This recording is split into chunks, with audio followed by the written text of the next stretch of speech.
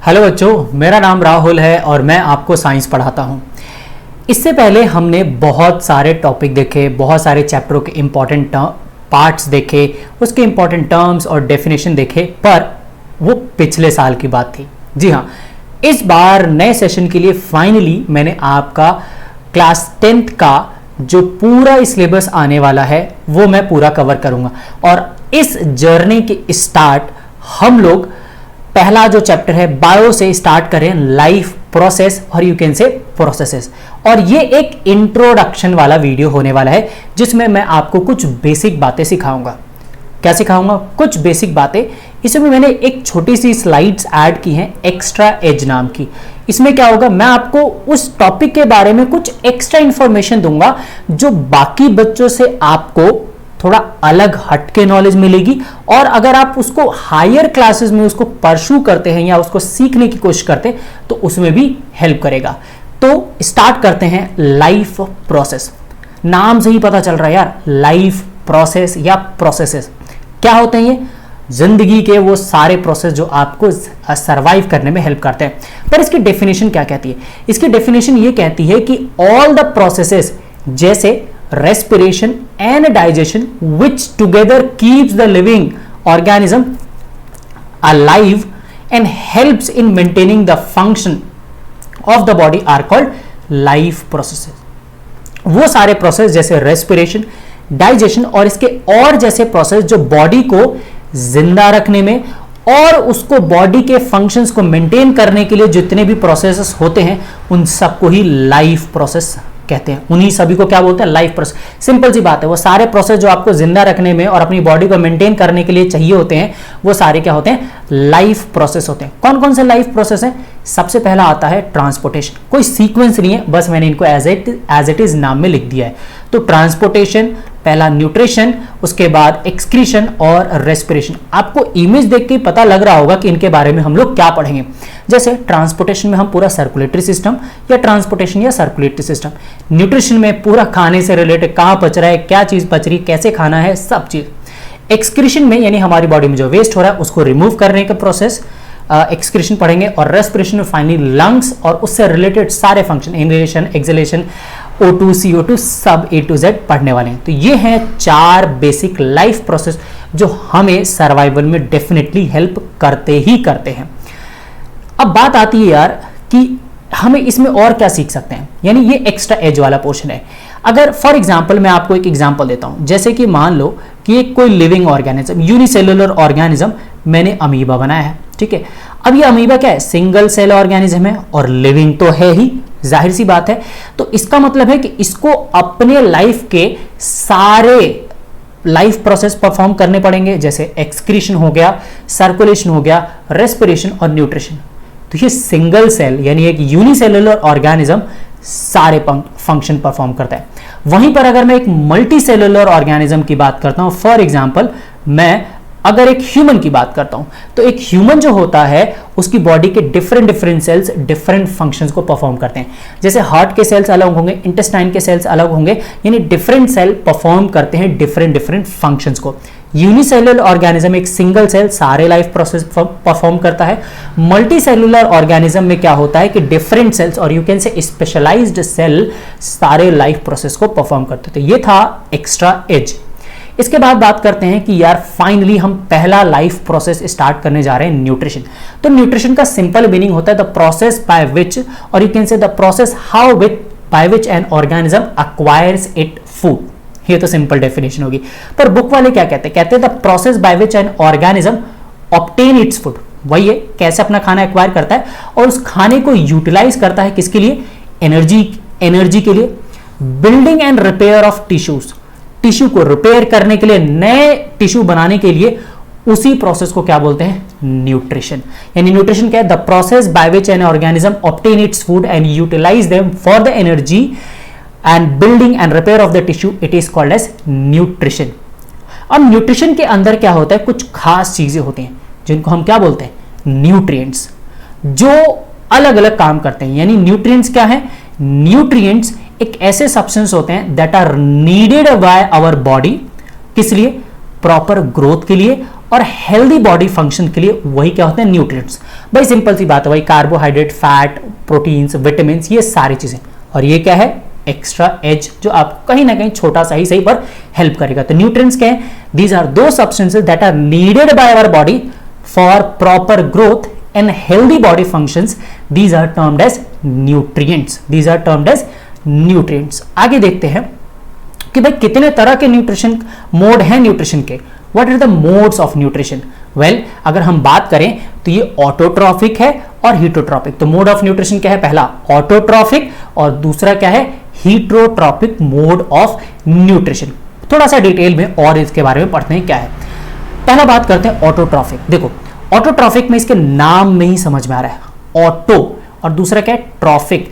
Auto का मतलब यहां पर क्या है, सेल्फ, क्या है यहां पर भाई, सेल्फ। और ट्रॉफिक का मतलब है न्यूट्रिशन, जो ऑटोमेटिकली अपना खाना खुद बनाते हैं, किसी और के ऊपर डिपेंड नहीं रहते, उन्हीं को क्या बोलते हैं, ऑटोट्रॉफिक न्यूट्रिशन। उसी को क्या बोलते हैं, ऑटोट्रॉफिक न्यूट्रिशन। 6 पॉइंट बताऊंगा, पूरा कंप्लीट हो जाएगा, कोई डाउट नहीं आएगा।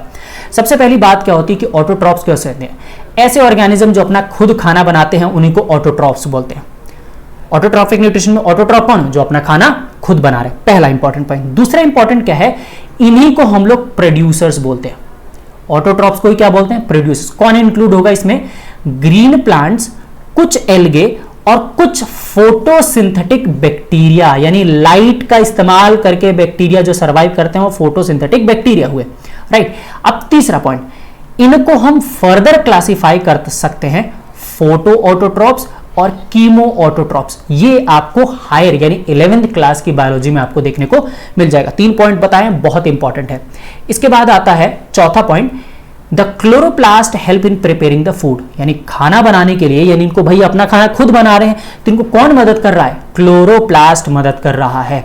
इसके बाद क्या होता है, they obtain their energy from inorganic sources, यानी इनऑर्गेनिक सोर्सेस अपना खाना बनाते हैं, कैसे, लाइट एनर्जी को, बहुत बहुत इंपॉर्टेंट टर्म है, लाइट एनर्जी को केमिकल एनर्जी में कन्वर्ट कर देते हैं, लाइट एनर्जी को केमिकल एनर्जी में कन्वर्ट कर देते हैं। पांचवा इंपॉर्टेंट, पांचवा। छठा इंपॉर्टेंट पॉइंट क्या है कि ऑटोट्रॉप्स जो है लाइट एनर्जी और केमिकल एनर्जी को स्टोर करके रख सकते हैं। तो ये थे 6 पॉइंट ऑटोट्रॉपिक न्यूट्रिशन के बारे में, जो आपको कहीं से भी कोई डाउट नहीं आने वाला है। इसके बाद आगे बताता हूं कि क्या है यार, फाइनली हम बोल रहे हैं कि खाना खुद बनाते हैं कौन, प्लांट्स। यानी हमने बोला कि जैसे प्लांट हो गए, कुछ और फोटोसिंथेटिक बैक्टीरिया जो अपना खाना खुद बनाते हैं। तो प्लांट्स यानी ग्रीन प्लांट्स अपना खुद खाना बनाते हैं और उसी प्रोसेस को क्या बोलते हैं, फोटोसिंथेसिस। तो फोटोसिंथेसिस की यार बचपन से डेफिनेशन रटी हुई है, the process by which plants make their own food in the presence of sunlight and chlorophyll, it is termed as photosynthesis. थोड़ी सी डेफिनेशन मॉडिफाई करूंगा ताकि और आपके अच्छे मार्क्स आ सके और पूरा क्लियरिफाई कर सके। तो क्या है, the process by which green plants make their own food, क्या बना रहे, अपना खाना, किस फॉर्म में, शुगर के फॉर्म में, यानी वही ग्लूकोज के फॉर्म में, किसकी मदद से, फ्रॉम कार्बन डाइऑक्साइड, यानी कार्बन डाइऑक्साइड, वाटर की मदद से, और किसका इस्तेमाल करके, सनलाइट, और किसकी प्रेजेंस में, क्लोरोफिल की प्रेजेंस में। इसी को क्या बोलते हैं, फोटोसिंथेसिस। अगर ये थोड़ी कॉम्प्लिकेटेड लग रही है तो यार एक सिंपल सी इक्वेशन है जिसकी तुम्हें याद कर लेना है। तुम्हें यहां पर क्या समझना है कि कार्बन डाइऑक्साइड जो हम एक्सेल करते हैं और पानी जो हमें मिलता है सॉइल से, और सनलाइट और क्लोरोफिल की प्रेजेंस में प्लांट अपना खाना खुद बनाते हैं in the form of sugar, जैसे कि ग्लूकोज और वाटर, और as a by product oxygen निकलता है। इसी प्रोसेस क्या बोलते हैं, फोटोसिंथेसिस। बहुत इंपॉर्टेंट इक्वेशन है ये, जो तुमसे पूछा जाएगा। ये एक बैलेंस्ड इक्वेशन है जिसको तुम एज ए डायरेक्ट एग्जाम में लिख सकते हो। अभी कुछ बातें नहीं बताई है फोटोसिंथेसिस के बारे में, आगे बताता हूं। तो फोटोसिंथेसिस क्या, एक ऐसा प्रोसेस जिससे प्लांट्स अपना खाना खुद बनाते हैं कार्बन डाइऑक्साइड, वाटर, सनलाइट और क्लोरोफिल की मदद से in the form of sugar और ग्लूकोज, और क्या बनाते हैं, वाटर और oxygen as a by product, और यही ऑक्सीजन हम बढ़िया मस्त इनहेल करते हैं। आगे देखते हैं कि क्या है यार, अगर तुम क्या कर रहे हो, खाना बना रहे हो, यानी प्लांट्स अपना खाना खुद बना रहे हैं, फोटोसिंथेसिस के लिए कुछ रॉ मटेरियल चाहिए ना। अगर तुम बढ़िया सा मस्त, अगर तुम मैगी बना रहे हो तो यार पहले मैगी तो होना चाहिए ना। तो क्या होना चाहिए, तो रॉ मटेरियल क्या क्या है फोटोसिंथेसिस के लिए, यानी खाना जब प्लांट्स खुद बना रहे हैं तो उसके लिए क्या क्या चाहिए। सबसे पहला तुम्हारे पास सनलाइट जो कि मिल ही रही है, क्लोरोफिल होना चाहिए, कार्बन डाइऑक्साइड और वाटर की प्रेजेंस, वाटर होना चाहिए। यानी ये सारे रॉ मटेरियल हैं जिनके बिना, जिसकी हेल्प से प्लांट्स अपना खाना बनाते हैं, जिस प्रोसेस को हम फोटोसिंथेसिस बोलते हैं। अब ठीक है, तुमने कहा कि यार हमारे पास हमें मैगी तो चाहिए ही चाहिए, पर ये मैगी कहां से मिलेगी? तुम्हें मिलेगी मार्केट से जाके। ऐसे ही तुम्हें सनलाइट कहां मिलेगी? मस्त फ्री फंड के हमें सनलाइट पहले ही सन दे रहा है खूब बढ़िया सा।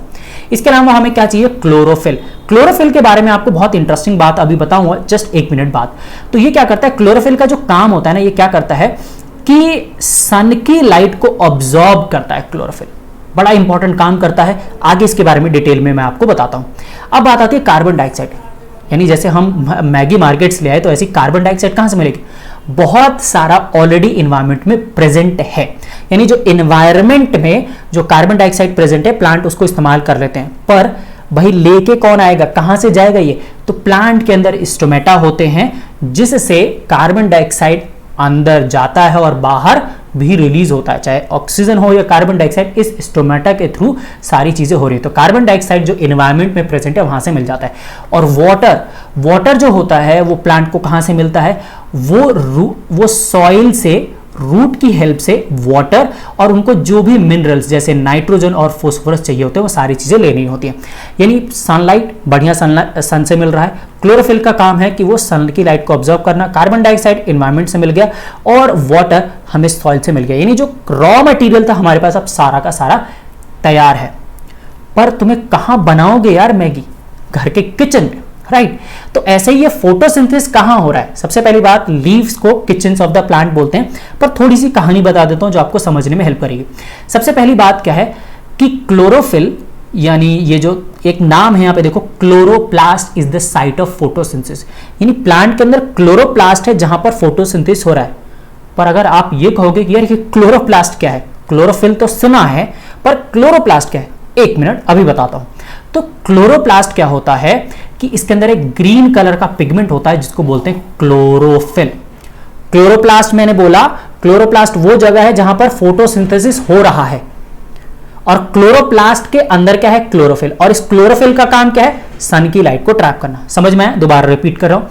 क्लोरोप्लास्ट जो होता है वो क्या करता है? फोटोसिंथेसिस होता है उसके अंदर। क्लोरोप्लास्ट के अंदर क्लोरोफिल है और क्लोरोफिल क्या करता है? सन की लाइट को ट्रैप करता है। पर अभी भी एक डाउट रहेगा यार, ये क्लोरोप्लास्ट मिलेगा कहां, दिखेगा कहां? बोल तो दिया कि हाँ कि फोटोसिंथेसिस यहां पर होता है, कहां दिखेगा, कैसा होगा? कहानी बताता हूं एक्स्ट्रा एज वाले में। हम सबको पता है प्लांट ग्रीन कलर के होते हैं, और भी कलर के होते हैं पर मेनली ग्रीन कलर के होते हैं। ग्रीन कलर के क्यों होते हैं? क्योंकि उसके अंदर एक पिगमेंट होता है जिसको हम क्या बोलते हैं? प्लास्टेड। प्लांट ग्रीन कलर के होते हैं और उनके अंदर ग्रीन कलर क्यों होते हैं? क्योंकि उनके पास एक पिगमेंट होता है जिसको, या ऑर्गेनली होता है जिसको बोलते हैं प्लास्टिड। अब ये प्लास्टिड 3 तरह का हो सकता है, क्लोरोप्लास्ट, क्रोमोप्लास्ट और ल्यूकोप्लास्ट। समझ में आया क्या बोला? क्लोरोप्लास्ट। तो क्लोरोप्लास्ट क्या है? प्लास्टिड का एक टाइप है जो प्लांट को ग्रीन कलर देता है। और क्लोरोप्लास्ट के अंदर अभी जस्ट मैंने बताया कि क्लोरोफिल होता है जो कि क्या करता है? प्लांट को ग्रीन बनाता है और प्लांट को फोटोसिंथेसिस परफॉर्म करने में हेल्प करता है। समझ में आया? उसको वो हेल्प करता है यहां से। समझ में आ गया? तो यानी फाइनली आपको समझ में आ गया होगा कि साइट ऑफ फोटोसिंथेसिस क्या है? लीफ। जर्नल आंसर है। लीफ के अंदर, लीफ ग्रीन कलर का है तो उसके अंदर प्लास्टिड है। प्लास्टिड 3 तरह के, क्लोरोप्लास्ट, क्रोमोप्लास्ट और ल्यूकोप्लास्ट। तो ये जो क्लोरोप्लास्ट है उसके अंदर क्लोरोफिल प्रेजेंट होता है। तो साइट ऑफ फोटोसिंथेसिस क्या है? क्लोरोप्लास्ट है। और ये भी हमने बातें समझ ली। अब फोटोसिंथेसिस के अंदर कौन कौन से मेन इवेंट होते हैं? बड़ा इंपॉर्टेंट पॉइंट है, एनसीईआरटी से डायरेक्ट क्वेश्चन आता है। सबसे पहला जो काम होता है वो क्या होता है? Absorption of the sunlight bye chlorophyll. Chlorophyll क्या करेगा? सन की लाइट को ट्रैप कर लेगा, बढ़िया मस्त वो ट्रैप कर लेगा। इसके बाद अगर हम बात करें तो क्या प्रोसेस होता है, बड़ा ध्यान से समझना। Conversion of the light energy into chemical energy. अब ये लाइट एनर्जी को केमिकल एनर्जी में कन्वर्ट कर देगा। कैसे? By splitting of water. ये क्या करेगा? वाटर को तोड़ेगा किसमें? हाइड्रोजन और ऑक्सीजन में। किसकी हेल्प से? लाइट एनर्जी से। क्या हुआ इसमें? ध्यान से सुनना। Conversion of the light energy into chemical energy.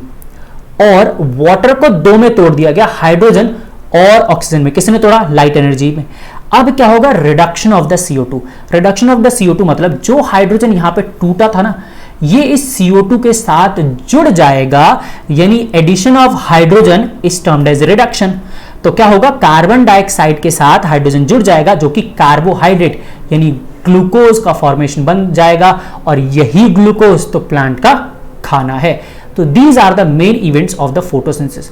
पर यार एक डाउट था, कहाँ हो रहा है, कैसे हो रहा है, तो थोड़ा सा लीफ का स्ट्रक्चर समझ लो ताकि और क्लियर हो जाए। हमने एनसीईआरटी में देखोगे तो तुम्हें डायरेक्ट ये डायग्राम दिया हुआ है, ठीक है। इसमें उन्होंने समझा रखा है कि अगर ये लीफ है, तुमने ऐसे कट कर दिया, ऐसे कट कर दिया, ये मेरे पास लीफ था और मैंने इस लीफ को ऐसे कट कर दिया और फिर ऐसे सामने से देख रहा हूं तो कैसा दिखेगा, तो तुम देखोगे कि लीफ का यहां पर क्या है, लोअर एपिडर्मिस, यानी जस्ट तुमने हटाया तो एपिडर्मिस क्या होता है, आउटर लेयर। डर्मिस का मतलब होता है कि जो बाहर की लेयर होती है, डर्मी जैसे मेडोरमा, डर्मिकूल, डर्मी का मतलब स्किन, आउटर यहां पर क्या होता है, जो आउटसाइड कवरिंग होती है, ये थोड़ी लोअर वाली एपिडर्मिस यहां पर प्रेजेंट है। इसके बाद तुम यहां देखोगे गार्ड सेल्स हैं, कुछ एयर स्पेसेस। एयर स्पेसेस क्यों, क्योंकि ताकि यहां से CO2 और O2 क्या हो सके, एक्सचेंज हो सके। और यहां पे मस्त क्लोरोफिल या सॉरी क्लोरोप्लास्ट तुम्हें दिखेगा और यहां पर अपर एपिडर्मिस दिखेगा और यहां पर क्यूटिकल भी तुम्हें देखने को मिल जाएगा। यानी लीफ को अगर तुम देखोगे तो ये तो पूरा पोर्शन क्या होता है, लैमिना, राइट। इस पोर्शन को क्या बोलते हैं, लैमिना हम लोग बोलते हैं। बीच वाला जो होता है उसको मिड रिब बोलते हैं, इसको क्या बोलते हैं, मिड रिब बोलते हैं। और इसके बाद यहाँ पर छोटे वाले उनको क्या बोलते हैं, वेन्स, और इससे छोटे जो होते हैं वेन्यूल्स। और ये जो हमारा मस्त होता है ये क्या होता है, पेटियोल स्ट्रक्चर होता है, ठीक है। तो ये थोड़ा सा स्ट्रक्चर मैंने बताया लीफ के बारे में। अब आगे बताता हूँ, हमें अभी तुम्हें मैंने बताया था कि यार स्टोमेटा नाम के कुछ स्ट्रक्चर्स होते हैं जो कि एक्सचेंज करते हैं CO2 और O2। तो क्या है, small opening on the lower surface of the leaf. अच्छा, अब यहां पर क्या है, लोअर सरफेस के बारे में आपको बताना है। अच्छा, आपने सुना होगा कि मोनोकॉट और डाइकॉट होते हैं, ठीक है। अब ये मोनोकॉट जैसे आपका जो भुट्टा होता है, जो कॉर्न होता है, वो एग्जांपल है मोनोकॉट का, ठीक है। तो उसकी जब लीफ को देखोगे तो आपको ये जो स्टोमेटा है ऊपर और नीचे दोनों देखने को मिलेंगे। पर अगर एक डाइकॉट में देखोगे तो ये जो स्टोमेटा होते हैं वो लीफ के नीचे वाले साइड पर ज्यादा प्रेजेंट होते हैं, ठीक है। तो वहां हम डिटेल में नहीं जाएंगे, पर मैं आपको बताता हूं स्टोमेटा कहां होते हैं, जनरली लीफ के अपर और लोअर सरफेस में मिल जाएंगे। डिपेंड करता है मोनोकॉट और डाइकॉट का है तो वहां पे कम ज्यादा हो सकता है, ठीक है। अब इन स्मॉल ओपनिंग्स में, यानी स्टोमेटा क्या है, they are small openings on the lower surface of the leaf या upper surface of the leaf होते हैं। और इनके अंदर एक पोर होता है जिसको हम क्या बोलते हैं, स्टोमेटा, यानी छोटे छोटे ओपनिंग्स होते हैं जिनको बोलते हैं स्टोमेटा। और इन स्टोमेटा को गार्ड करते हैं, यानी इसको सराउंड करते हैं गार्ड सेल्स। जैसे आप यहां पे देख सकते हो गार्ड सेल्स हैं, यहां पर स्टोमेटल पोर है बीच में यहां पर, और साइड में आपको क्लोरोप्लास्ट तो दिख रहे होंगे। अब एक्सचेंज O2 और CO2 का कैसे होता है जस्ट ब्रीफली बताऊंगा, डिटेल में नहीं। बड़ी क्लास 11th में जाओगे तो बहुत अच्छा कुछ समझने को मिल जाएगा। यानी स्ट्रक्चर ऑफ स्टोमेटा, अगर आप स्टोमेटा को देखोगे तो यहां पर आपको क्लोरोप्लास्ट नजर आएगा, स्टोमेटल पोर यानी मेन पोर जहां से एक्सचेंज होगा, और यहां पर गार्ड सेल। अब गार्ड सेल क्या करता है कि ओपन और क्लोज करता है स्टोमेटा को, भाई क्योंकि जब दरवाजा खुला रहेगा तो तभी तो कोई चीज अंदर या बाहर जाएगी। तो क्या होता है यहां पर, when guard cells are turgid, turgid का मतलब है जब गार्ड सेल फूले रहते हैं, मस्त पानी भर जाता है, तो ये क्या होते हैं, खुल जाते हैं और O2 और CO2 का एक्सचेंज हो जाता है। लेकिन गार्ड सेल जब फ्लैसिड हो गया, यानी इनके अंदर से पानी बिल्कुल ही लूज हो गया है, तो यहां पर क्या होता है, स्टोमेटल क्लोजर हो जाता है, यानी स्टोमेटा यहां पर क्लोज हो जाता है। तो एक जो आपके मन में डाउट था कि यार स्टोमेटा यानी जो CO2 था वह कहां से आया था, स्टोमेटा के थ्रू। क्लोरोफिल कहां से आया था, वो भी डाउट मैंने आपका क्लियर कर दिया। और साइट ऑफ फोटोसिंथेसिस कहां होता है वो भी मैंने बता दिया। मेन इंपॉर्टेंट बताया कि कौन कौन से मेन इवेंट होते हैं फोटोसिंथेसिस के टाइम, वो भी मैंने आपका यहां पर क्लियर कर दिया है। अब थोड़ा सा और बता देता हूं कि फंक्शन क्या है स्टोमेटा का। स्टोमेटा का फंक्शन है भाई कार्बन डाइऑक्साइड और ऑक्सीजन का फोटोसिंथेसिस के टाइम अलाउ करना। इसके अलावा क्या करता है, ये helps in the transpiration, transpiration में भी हेल्प करता है। यानी अगर क्या हो गया कि एक्सेस वाटर हो गया है प्लांट में, तो क्या होगा, वो वाटर वेपर के फॉर्म में निकल जाएगा। इसी प्रोसेस को क्या बोलते हैं, ट्रांसपिरेशन। अच्छा, एक और काम क्या होगा कि जब ये स्टोमेटा के अंदर से पानी निकलता रहता है तो एक सक्शनिंग पुल जनरेट होता है, जिससे पानी को थोड़ा ऊपर ले जाने में हेल्प मिलता है, right. So these are the some of the functions of the stomata. पहला, exchange of carbon dioxide and oxygen, helps in transpiration, और ये क्रिएट करता है एक सक्शनिंग पुल जिससे पानी ऊपर की तरफ जा सकता है, राइट। तो ये सारी बातें हमने पढ़ी न्यूट्रिशन के बारे में, प्लांट न्यूट्रिशन के बारे में हमने फाइनली पढ़ा, राइट। सो बहुत ही इजी वे में, बहुत ही छोटे में मैंने आपको ये सारी चीजें समझा दी। अगर आपको लगता है कि मैंने आपको इसमें कोई चीज सिखाई है या आपको कोई चीज अच्छी लगी है, तो मुझे नीचे में कमेंट में बता सकते हैं और अपने दोस्तों के साथ शेयर कर सकते हैं, जो मैंने ये सिंपल सा आपको प्लांट न्यूट्रिशन और लाइफ प्रोसेस का इंट्रोडक्शन वाला पार्ट बताया है। So thank you everyone for joining और seeing this video. Bye everyone.